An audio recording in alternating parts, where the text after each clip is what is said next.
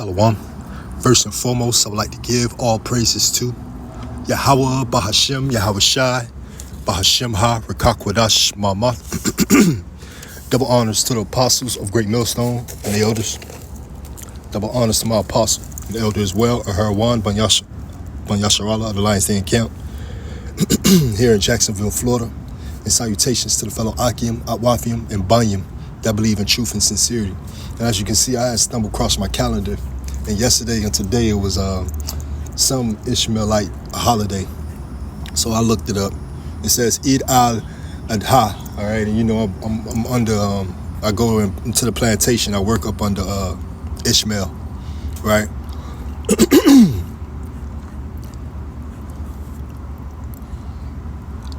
But when you look up the definition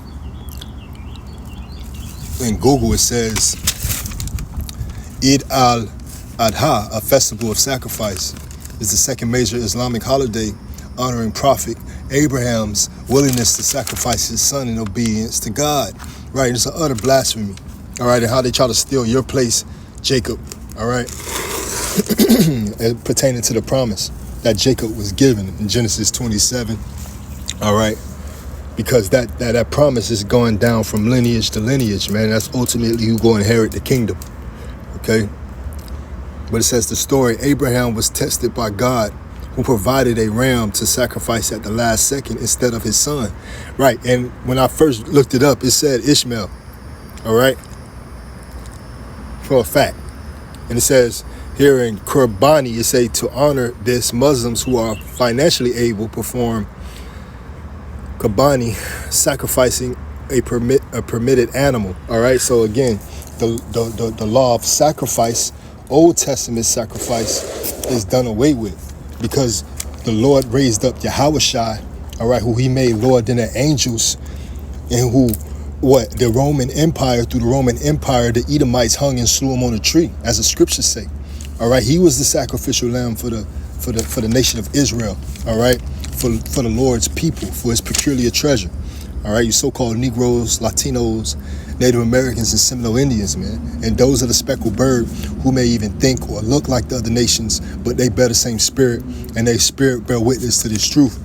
All right, they overcompensate pertaining to the heathen, man. They go out and they do this old sacrifice and abominable things when the Lord told and instructed us not to do so. All right, that's showing what? The disrespect of Yahweh Shai, all right? The sacrificial lamb himself. But I wanted to go down and read a little more because I know I saw Ishmael name in it. That's why I called it a blasphemy. And it says here in the Wikipedia, let's go. Let me go get into it because it's pointless. All right, it's their little Islamic holiday. But ye worship, ye know not what, as the scriptures say. Here it is. It says here in Origin. It says, see also, ... binding of Isaac, right? Because that's who ultimately received the promise. All right. That's why that link is there. All right. Because it's truth. You know, you got to peel back the layers. And then you got to go and seek out and read for yourself. And we know 2/3 of our people don't do that. All right. And that's why they don't get this truth. All right, the Lord having gave them the time, the peace, the quietness, all right, the stillness to be able to concentrate on him, all right, because he don't want that focus, all right. But it says here, according to Islamic tradition, one of the main trials of Abraham's life was to receive and obey the command of God to sacrifice his eldest son, Ishmael. Abraham and Ishmael are known as Abraham and Ismail in Arabic. Muslims overwhelmingly reject the biblical claim that Isaac. So they blaspheme. They add and take away from the scriptures, man. One of the last chapters and the last verses of the Bible, Revelations. All right, and that's what we know. Esau go get it. All right, but so is these other heathen nations. All right, but they gonna have some form of peace. All right, but even Ishmael taken away from the scriptures. All right, it's showing you how these heathens are jealous of your natural state. They're all in cahoots, man, pertaining to Psalms 83. How they take that crafty counsel, all right, try to cut you off from being a nation. All right, and it name all these heathen nations, man, and it did name Ishmael, all right? If I ain't mistaken. But it says here in Revelations 22, and I start at verse 18, for I testify unto every man that heareth the words of the prophecy of this book. If any man shall add unto these things, God, right, Yahweh, shall add unto him the plagues that are written in this book, right? They adding on, trying to add their name into the place of salvation, the place of promise, all right? Yeah, he said he's going to make Abraham's sons the sands of the sea, which he did, all right? But, hey, in Isaac shall the seed be called, and we go get it. And it says, Revelations 22 and 19, it says, and if any man shall take away from the words of this book, right, of this prophecy, right, that's pertaining to prophecy, who go obtain the promise, the blessing, the kingdom, the glory, the brooks and honey, right, the health and wealth, all right, and putting your name in that place is a blasphemy, a lie against the truth, all right, and you taking away the words, all right, of the book pertaining to prophecy, all right, so that any blasphemy could be forgiven except for the blasphemy against the truth, roughly paraphrasing, right? It says here, Yahweh shall take away his part out of the book of life, right, and put and out of the holy city and from the things which are written in this book, right? You know, this Psalms 83, since we had mentioned it, and it's a psalm of Asaph, all right? Keep not thy silence, O power, hold not thy peace, and be not still, O power, right? You know, these heathens got a damn holiday trying to pretend and fake. Everybody faking the funk, man. Everybody superficial, man, just scratching the surface. And they denying the true power that exists, man. All right? And those who come in his likeness, those who come in his image, man. You know, you got to be tired of this place, man. This Psalms 83 and 2, for lo, thy enemies make a tumult, and they that hate thee have lifted up the head. Right, these are our enemies, man. And you got to go into the matrix and work amongst these people. You got to be cordial among these people, man. And these people make it hard for you to be cordial against them. But then they expect a smile out of you. They expect, quote unquote, professionalism, right? Which is fake. You know, talking all proper and just, it's fake. You know, just be a genuine good person. That's why, like, Esau, his whole realm, his whole system, his whole rat race is a facade, man. This Psalms 83 and 3, they have taken crafty counsel against thy people, right? Thy people. Thy is possessive. You learned that in your circular English, in Esau's English, in his old English, his new speech. You learned that in English class, in grade school. Thy is possessive. Thy people, right? Because the Lord has a peculiar people who he chosen to himself, and that's the nation of Israel, you know? Not you heathens, right? We not equal.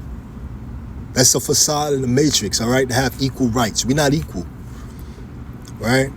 They have taken crafty counsel against our people and consulted against our hidden ones, man. And that's what they do, consult us and try to cut us off from being a nation. It says here, they have said, come and let us cut them off from being a nation, Khan. That the name of Israel may be no more in remembrance, man. That's what they try to do. That's why Jake out here calling. You tell them, ask them what their nationality, they gonna tell you a damn color. I'm black.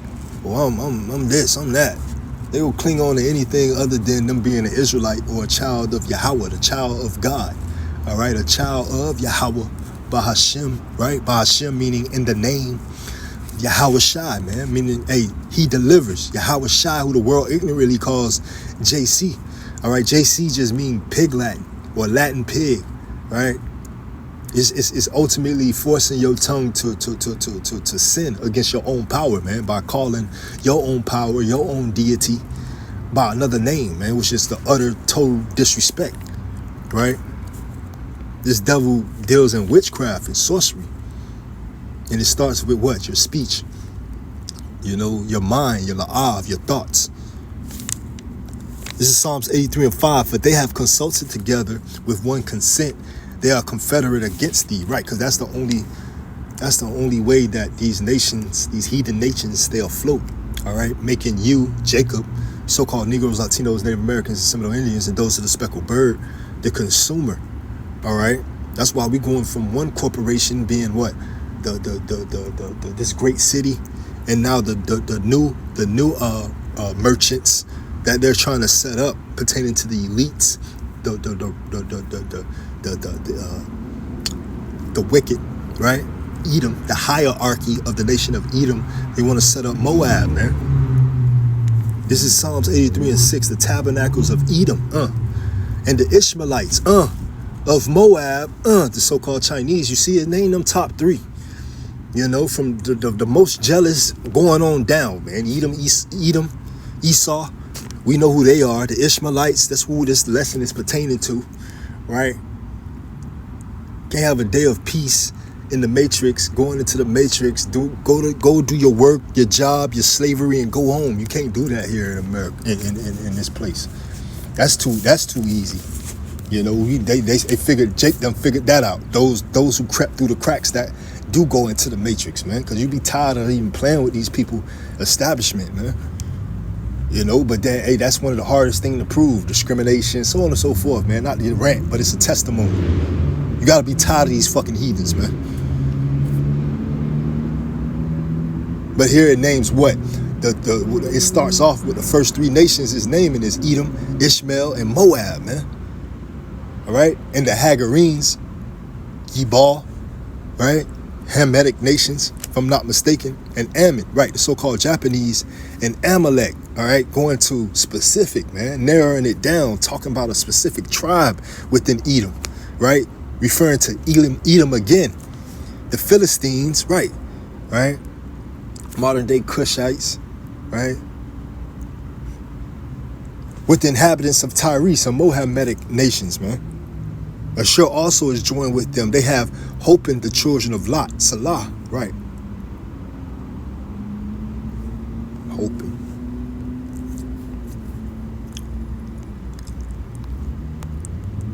Hoping, H2220, shoulder strength. They have strengthening. Political, military forces, symbol of strength. They have hope in the children of Lot, because we know the children of Lot. Let me see.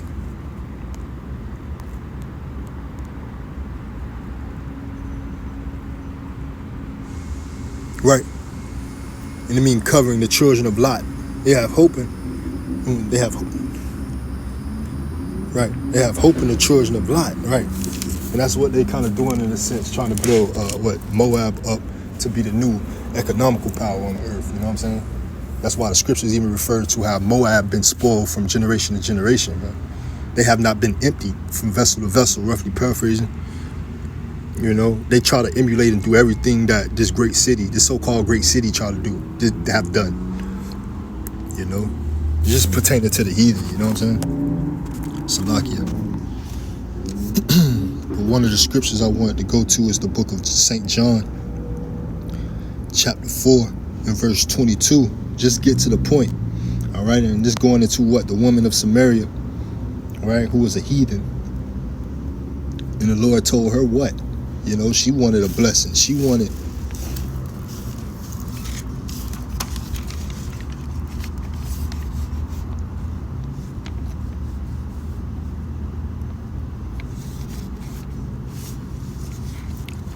right in this John chapter 4 and verse 22, and it says what? Ye worship ye know not what. We know what we worship, for salvation is of the Jews. Right. You know? So the salvation is of the Jews. It ain't for you people. This book ain't for everybody. You go into, you know, your local county jail, you go see these heathens clinging on to the Bible, trying to call prayer call, mixing and mingling, everybody trying to join hands together. This book ain't for them.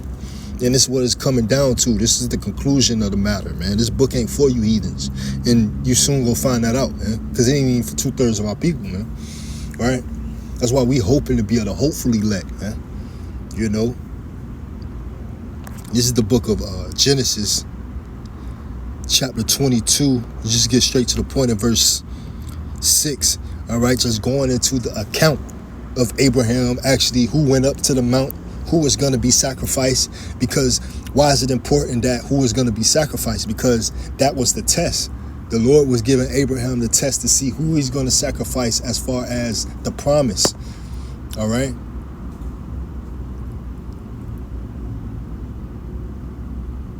That he promised to Abraham, right? But he said that Isaac shall the seed be called, all right? Salaki, I'm going to try to merge them together.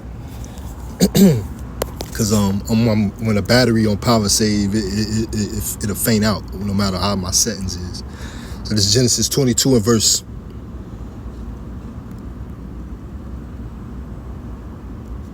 6. Abraham took the wood. Salakia. I might well read the verse 1. It's Genesis 22 and 1. And it came to pass after these things that God did tempt Abraham and said unto him, Abraham. And he said, Behold, here I am. And he said, Take now thy son, thine only son, Isaac. Right. He said, thine only son. Like as if Ishmael didn't matter.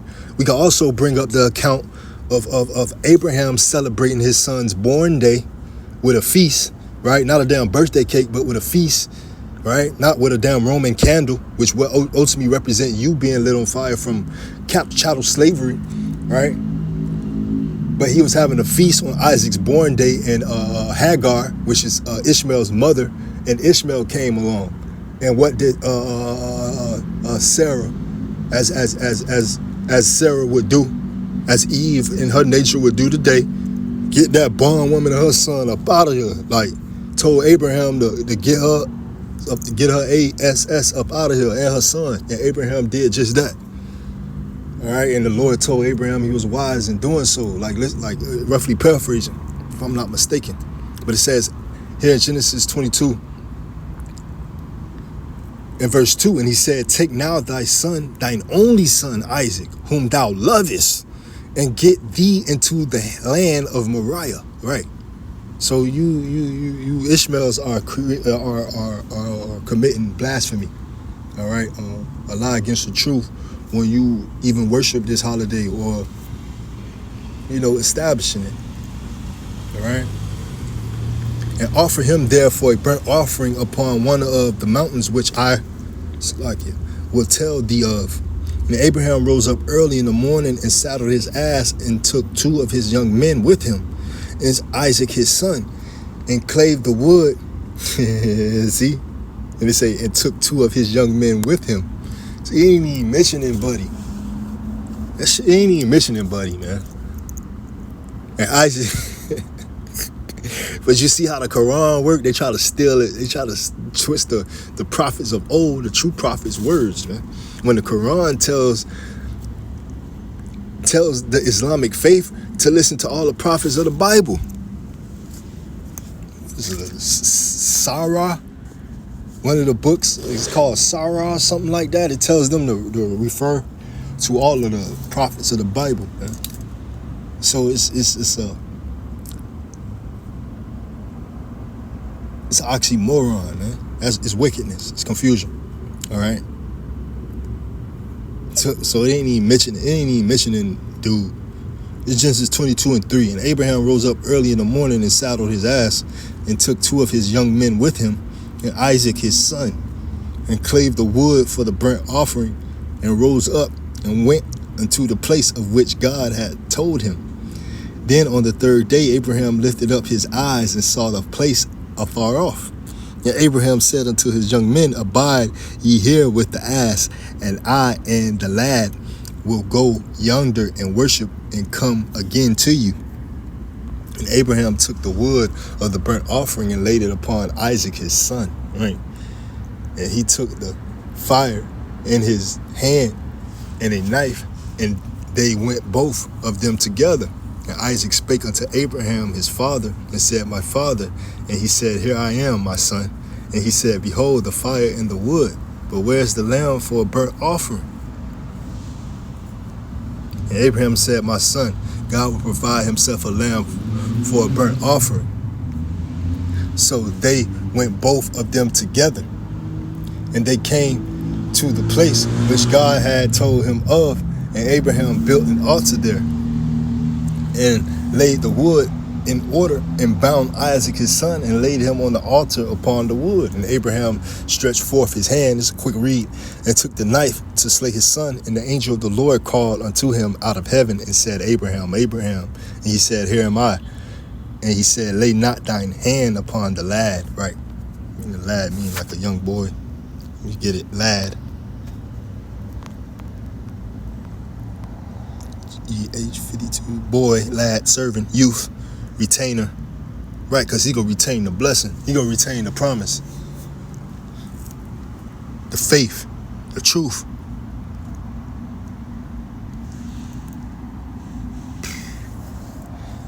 Neither do thou anything unto him, for now I know that thou fearest God, seeing thou hast not withheld thy son, thine only son, from me. So it's all a test, man. He'll put you through those trials and those fiery trials just to try your heart, your mind, to see if you go transgress, if you go stay solid towards him.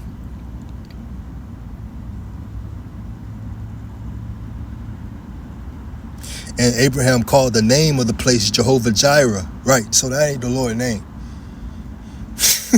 As it is said, to this day, in the mouth of the Lord it shall be seen, man. Right, man. That ain't the damn Lord's name. That's a scapegoat of saying, I don't know. When you, his name, everything, Jehovah Jireh, and all that. This Romans chapter 9 and verse 7. Neither because they are the seed of Abraham are they all children, but in Isaac shall thy seed be called. Right. That is, they which are children of the flesh, these are not the children of God. Right. So everybody not the child of God. You know, now we at the end, everybody want to be a child of God. And who the heathens? Who the heathens? The Lord changed not, man. Ye sons of Jacob are not consumed. All right. And Jacob wrestled with an angel and changed his name to Israel. All right. And that's ultimately what this truth is about. That's what salvation, that's who salvation is for. That's what John 3:16, that world from the cosmos sense is pertaining to, that particular arraignment of Israelites. All right, who will be what? A retainer of faith, a retainer of the promises, retainer of rehearsing the righteous acts, man. Standing upon his truth, teaching man's soul. All right, believing, having faith. All right. So when the Lord returns, he go find his truth still established, man. It's never gonna end. You go find faith on the earth. This is verse 9. For this is the word of promise. At this time will I come, and Sarah shall have a son. Right. This is Matthew chapter 3 and verse 9. And think not to say within yourselves, we have Abraham to our father. Right. For I say unto you that God is able to, of these stones, to raise up children unto Abraham. Right. Meaning as if we don't teach this truth, he'll raise up stones to worship him, man. But the Lord have established his men. All right. 144,000 men. He has kept, 7,000 men that's not go bow a knee to Baal or Baali. All right. Meaning the devil. All right, or these pagan deities, these other philosophies, these other women. All right, they're going to be tied, they're going to be single, pertaining to their eye, being single towards him, to the truth. Okay? This is the book of Hebrews, chapter 10 and verse 9.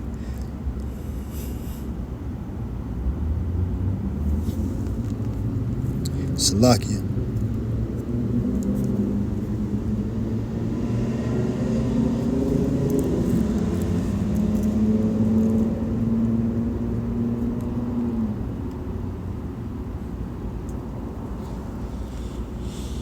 You can read this whole chapter, man.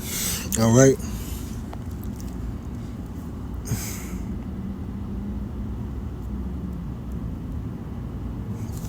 I don't want to read like the whole chapters, then it'd be like a whole nother lesson, like breakdowns, just stay on topic really. But it says, I'll start at verse 5. This Hebrews 10 and 5. Wherefore, when he cometh into the world, he saith, sacrifice and offering thou wouldest not, but a body hast thou prepared me. In burnt offerings and sacrifices for sin, thou hast had no pleasure. You know, because, hey, Israel would just wax and kick, all right, because thinking they can just go and commit another sacrifice and be good, all right? So what the law made nothing perfect. The hope is, all right? Hope did, roughly paraphrasing, you know? That's why we in the merger of the old covenant and in between, all right? Pushing towards the new covenant, as we're not in the new covenant yet. All right, we're in that middle ground, that mediator. All right, after having that mediator, or being crucified, he's making the intercessions for the nation of Israel, sitting on the right hand side of the Father, that is, being Yahweh Shai. Right, he was the ultimate sacrifice. So from him, there's no more burnt offerings, or that'd be disrespect of him being on that cross for no reason. And it says here,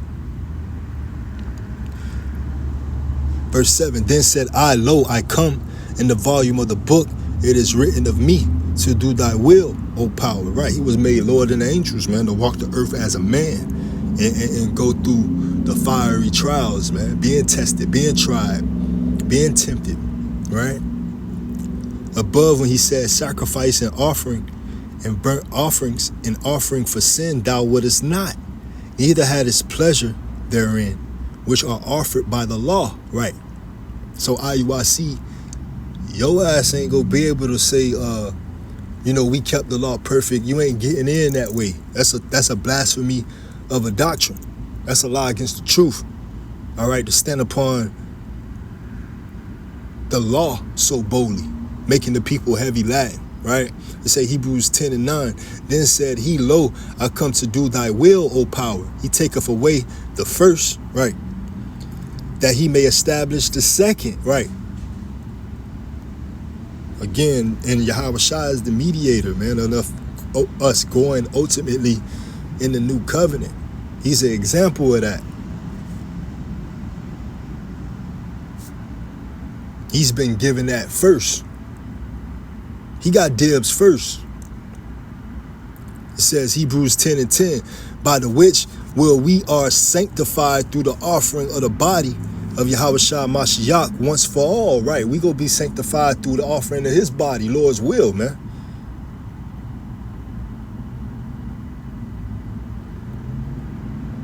Through his stripes, as the scriptures say, through his stripes we healed, right? Lord willing, we'll be a part of that number. We gonna be pardoned due to his stripes. Verse 11, and every priest standeth daily, ministering and offering oftentimes the same sacrifices which can never take away sins. But this man, after he had offered one sacrifice for sins forever, sat down on the right hand of Yahweh. Come. And that's why we give up our body as a living sacrifice, man. Standing boldly for this truth, all right? Against the face of those who afflicted us, all right? Lifting up the standard that it may enter into the gates of the nobles, right? What is Matthew 24 and 16? This gospel and truth shall be preached throughout the four corners of the earth, and then the end shall come, all right? But it said, by one offering he hath perfected forever them that are sanctified.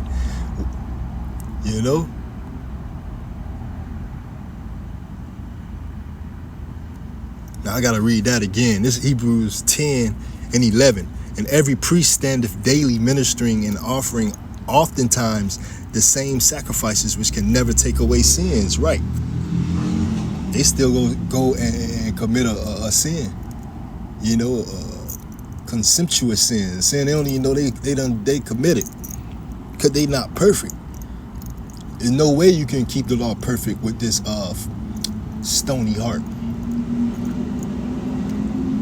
It says, but this man, after he had offered one sacrifice for sins forever, sat down on the right hand of Yahweh, right? Because he gave up his body.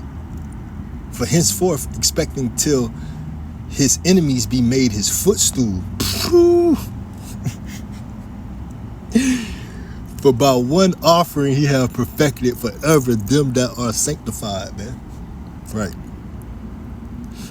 Whereof the Holy Spirit also is a witness to us, for after that he had said before, this is the covenant that I will make with them after those days, saith the Lord. I will put my laws in their inward hearts, and in their minds will I write them, and their sins and iniquities will I remember no more. Now where remission of these, Salakia, now where remission of these is, there is no more offering for sin, right? You know, so your Santeria, the one with the gold, that's wicked. Your voodoo, whatever you got going on, your tarot read, all that is wicked. The scripture says, suffer not a witch to live, roughly paraphrasing. All right? And I think I'll end off with that.